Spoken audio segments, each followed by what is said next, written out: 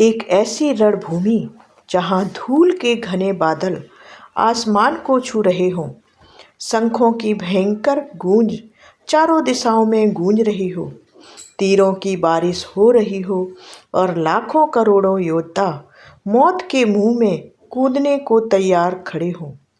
अर्जुन का रथ बीच में रुक गया है, उनका शरीर कांप रहा है, आंखों से आंसू बह रहे हैं और वे कह रहे हैं कि मैं इन सब रिश्तेदारों को मारकर क्या हासिल करूँगा। ठीक उसी पल भगवान श्री कृष्ण मुस्कुराते हुए उनकी ओर देखते हैं और कहते हैं कि यह सिर्फ युद्ध जमीन हथियाने के लिए नहीं है, यह तो कुछ और गहरे, रहस्यमयी और चौंकाने वाले सत्य के लिए है, जिसकी एक खास संख्या बार बार लगातार जादू की तरह सामने आएगी और जब तुम उस संख्या को समझ लोगे तो तुम्हारा मोह टूट जाएगा और फिर शुरू हो जाता है वह महासंग्राम, वह महाभारत, जिसकी हर कड़ी में एक ही अंक बार बार दोहराया गया है। सिर्फ 18 दिन का युद्ध, 18 अक्षौहिणी सेनाएं, 18 अध्यायों वाली गीता, 18 पर्वों वाला ग्रंथ और अंत में सिर्फ 18 जीवित योद्धा। क्या यह सब महज संयोग है या कोई गहरा, शॉकिंग आध्यात्मिक कोड जो आज भी विद्वानों को हैरान कर देता है और हमारे रोंगटे खड़े कर देता है? आइए इस रहस्य की गहराइयों में उतरते हैं, जहां हर पल सस्पेंस बढ़ता जाएगा और हर तथ्य आपको चौंका देगा।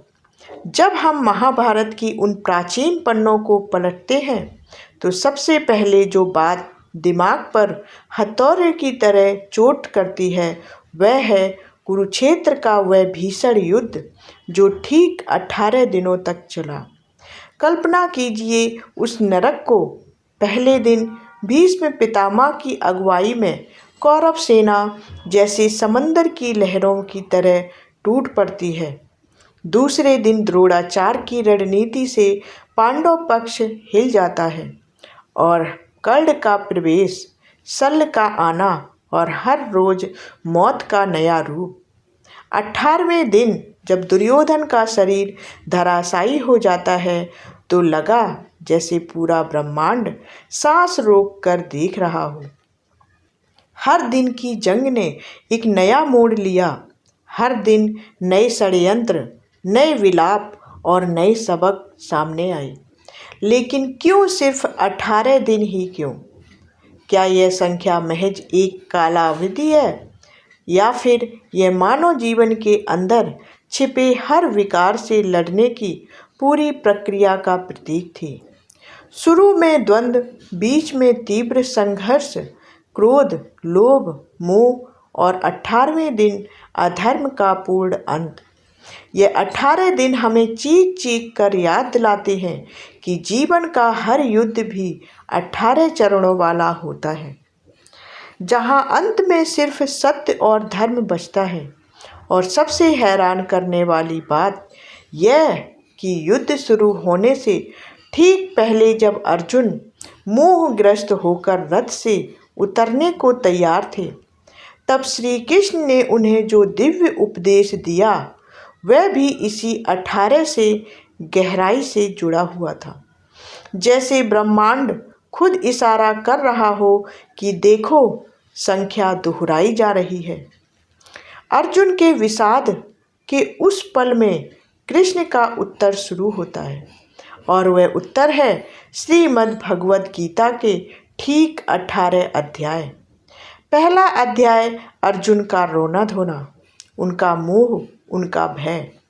फिर दूसरे अध्याय में कर्मयोग का बीज बोया जाता है, तीसरे में कर्म की महिमा, चौथे में ज्ञान की बात, पांचवें में संन्यास, छठे में ध्यान योग और यूं ही हर अध्याय का एक नया रहस्य खोलता चला जाता है। भक्ति योग, ज्ञान योग, गुण त्रय विभाग, पुरुषोत्तम योग। लेकिन सबसे शॉकिंग मोमेंट 18 अध्याय में आता है, जब कृष्ण कहते हैं सर्वधर्मान् परित्यज्य मामेकम शरणम व्रज, अर्थात सब धर्मों को छोड़कर केवल मेरी शरण में आ जाओ। क्या आप महसूस कर पा रहे हैं इस 18 का जादू? ठीक वैसे ही जैसे 18 दिन का युद्ध। शुरू में भारी द्वंद्व और हिचकिचाहट, बीच में तूफानी संघर्ष जहां हर पल लगता है सब खत्म हो जाएगा, और अंत में पूर्ण समर्पण, पूर्ण शांति, पूर्ण विजय। गीता हमें सिखाती है कि हमारा पूरा जीवन भी एक 18 अध्यायों वाली गाथा है। हम रोज अपने अंदर के कौरवों से लड़ते हैं, क्रोध से, लोभ से, अहंकार से। लेकिन अगर हम 18 तक पहुंच जाएं तो मोक्ष मिलता है। यह संख्या इसलिए इतनी शक्तिशाली है क्योंकि 1+8 9 बनता है, और सनातन परंपरा में 9 को पूर्ण अंक माना गया है, जो कभी नष्ट नहीं होता, जो ब्रह्मांड के चक्र का अंतिम और सबसे मजबूत प्रतीक है। 18 उसे दोगुना कर देता है, पूर्णता का दोहरा, और भी गहरा, और भी रहस्यमय संकेत। जब आप गीता पढ़ते हैं तो हर अध्याय के बाद लगता है जैसे कोई अदृश्य शक्ति कह रही हो, और आगे बढ़ो, 18 इंतजार कर रहा है। अब आती है सबसे भयावह और शॉकिंग बात कि आपके होश उड़ा देगी। कुरुक्षेत्र के उस विशाल मैदान में उतरी कुल सेना ठीक 18 छौड़ी थी। कौरवों के पास 11 छौड़ी और पांडवों के पास 7, कुल मिलाकर 18। एक अछौड़ी में क्या क्या था? 21,870 रथ, 21,870 हाथी, 65,610 घुड़सवार और 1,09,350 पैदल सैनिक, यानी कुल एक अछौड़ी में 2,18,700 योद्धा।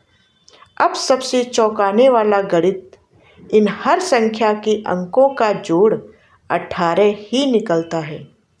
21,870 2 + 1 + 8 + 7 + 0 बराबर 18। 65,610 यानी 6 + 5 + 6 + 1 + 0 बराबर 18।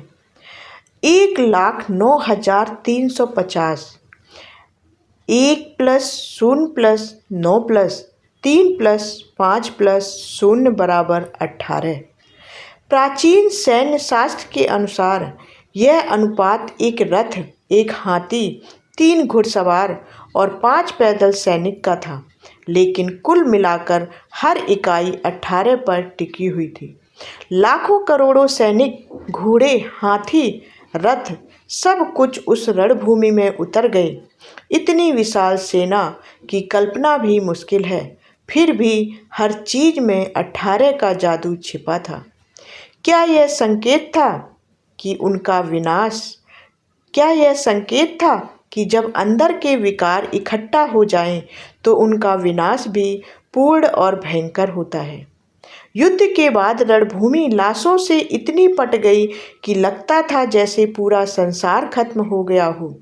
लेकिन यह संख्या हमें चेतावनी देती है, विनाश की पूर्णता भी 18 में समाई हुई है, और उसके बाद सिर्फ धर्म बचता है। महर्षि वेदव्यास ने इस अनंत महाकाव्य को ठीक 18 पर्वों में विभाजित किया।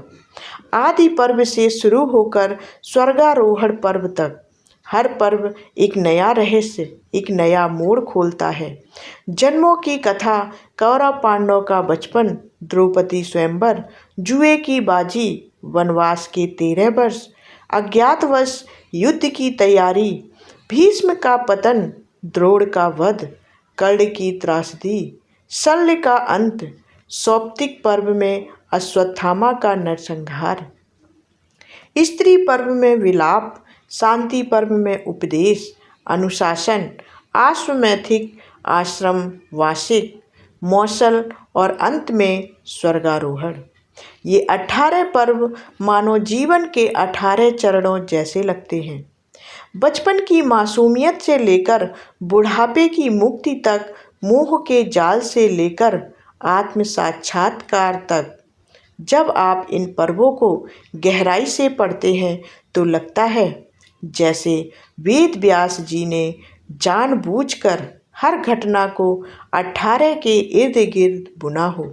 और सबसे रहस्यमयी बात यह है कि महाभारत का मूल नाम जया था। काटपयादी गणना में जा का मान 8 और या का मान 1 होता है, लेकिन उल्टा पढ़ने पर जया 18 बनता है। जीत का प्रतीक, लेकिन वह जीत बिना 18 के लंबे और कठिन संघर्ष के नहीं मिलती। यह संख्या हमें बताती है कि सच्ची जया तभी आती है जब हम पूर्णता तक पहुंच जाते हैं। युद्ध समाप्त हुआ। रणभूमि पर इतना खून बहा कि नदियां लाल हो गईं। लाखों योद्धा, राजकुमार, महारथी सब मारे गए, लेकिन अंत में जीवित बचे ठीक 18 मुख्य योद्धा। पांडव पक्ष से 5 भाई युधिष्ठिर, भीम, अर्जुन, नकुल, सहदेव, साथ में भगवान श्री कृष्ण, सात्विकी, युयुत्सु और कुछ अन्य, तथा कौरव पक्ष से कृपाचार्य, कृतवर्मा, अश्वत्थामा। स्त्री पर्व में जब गांधारी और अन्य महिलाएं विलाप कर रही थीं तो यह संख्या दर्ज हुई। कल्पना कीजिए, इतनी विशाल सेना, इतना भयंकर नरसंहार, और अंत में सिर्फ 18 चेहरे बचे। कुछ कथाओं और गणनाओं में इसे 18 ही बताया गया है। क्या यह संकेत था कि सच्ची जीत के बाद भी जीवन में बहुत कुछ खो जाता है? परिवार, पुत्र, मित्र, सम्मान, सब कुछ, लेकिन जो बचता है वह पूर्णता की ओर इशारा करता है। यह हमें सिखाता है कि युद्ध में असल में कोई नहीं जीतता, सिर्फ धर्म जीतता है, और बचे हुए कुछ ही उस सत्य को आगे बढ़ाते हैं। यह दृश्य इतना शॉकिंग है कि पढ़ते समय आंखें नम हो जाती हैं। लाखों मरे, सिर्फ 18 बचे, और वह भी पूर्णता के प्रतीक के रूप में। अंक शास्त्र की दृष्टि से देखें तो 18 का मूलांक 1 + 8 = 9 होता है। 9 पूर्ण अंक है, ब्रह्मांड का अंतिम और सबसे शक्तिशाली अंक, जो कभी खत्म नहीं होता। सनातन परंपरा में 18 का मतलब है 17 विकारों को पार करना, जैसे इंद्रियां, मन, बुद्धि, अहंकार, 5 ज्ञानेंद्रियां, 5 कर्मेंद्रियां, 5 तंत्र मात्राएं, मन और बुद्धि, ये सब 17 हैं, और 18वां है परमात्मा। कृष्ण खुद को 18वें तत्व के रूप में स्थापित करते हैं, जबकि पांडव और द्रौपदी 17 का प्रतिनिधित्व करते हैं। यह संख्या चिल्लाकर कहती है कि जीवन का हर संघर्ष, हर युद्ध, हर मोह हमें 18 की ओर ले जाता है, पूर्णता, मोक्ष और सच्ची जया की ओर। जब हम अपने अंदर के 17 विकारों पर विजय पा लेते हैं तो 18वां यानी परम शांति हमें मिल जाती है। क्या महर्षि वेद व्यास ने यह सब जानबूझकर किया? बिल्कुल किया। महाभारत कोई साधारण कहानी नहीं, यह मानव चेतना का सबसे गहरा दर्पण है। 18 का यह बार बार दोहराव साबित करता है कि पूरा महाकाव्य अत्यंत योजनाबद्ध, गणितीय सूक्ष्मता और आध्यात्मिक गहराई के साथ रचा गया था। युद्ध 18 दिन, संघर्ष की पूर्णता। गीता 18 अध्याय, ज्ञान की पूर्णता। सेना 18 अछोड़ी, विनाश की पूर्णता। पर्व 18 कथा की पूर्णता। और अंत में जीवित 18 बचे हुए सत्य की पूर्णता को दर्शाते हैं। यह अंक हमें आश्चर्यचकित और जोड़े रखता है, उनके तरीकों को याद दिलाता है कि हमारा जीवन भी एक महाभारत है। हम रोज अपने अंदर के कौरवों से लड़ रहे हैं, कभी काम, कभी क्रोध, कभी लोभ। लेकिन अगर हम 18 तक पहुंच जाएं, यानी पूर्ण समर्पण, पूर्ण आत्म विजय और पूर्ण धर्म की स्थापना तक, तो अधर्म का अंत हो जाता है और नई शुरुआत होती है। अगली बार जब आप महाभारत की कोई कथा सुने या गीता का कोई श्लोक पढ़ें, तो उस 18 को गहराई से महसूस कीजिए। वह सिर्फ एक संख्या नहीं है, बल्कि ब्रह्मांड का एक छिपा हुआ कोड है जो कहता है, लड़ो लेकिन सही पक्ष के लिए। हार मत मानो, क्योंकि अंत में 18 इंतजार कर रहा है, पूर्णता का, शांति का, मोक्ष का। यह संख्या आज भी हमें चौंकाती है, रोंगटे खड़े करती है, क्योंकि महाभारत खत्म नहीं हुआ। वह हमारे अंदर हर दिन, हर पल चल रहा है।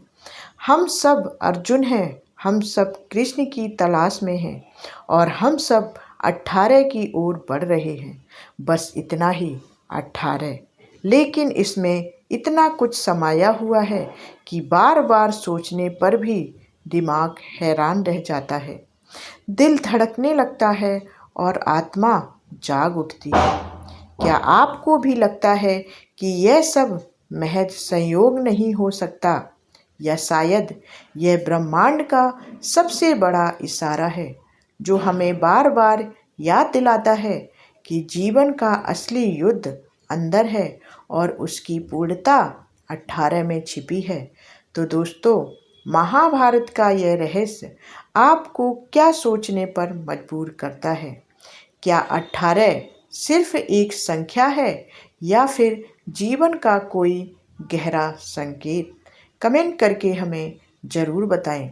अगर आपको यह जानकारी अच्छी लगी है तो वीडियो को लाइक करें, अपने दोस्तों के साथ शेयर करें और ऐसी ही महाभारत के रहस्यमय और ज्ञानवर्धक जानकारी के लिए चैनल को सब्सक्राइब ज़रूर कर लें। कमेंट में ज़रूर बताएं कि आप अगला कौन सा रहस्य जानना चाहते हैं। जय श्री कृष्ण। धन्यवाद।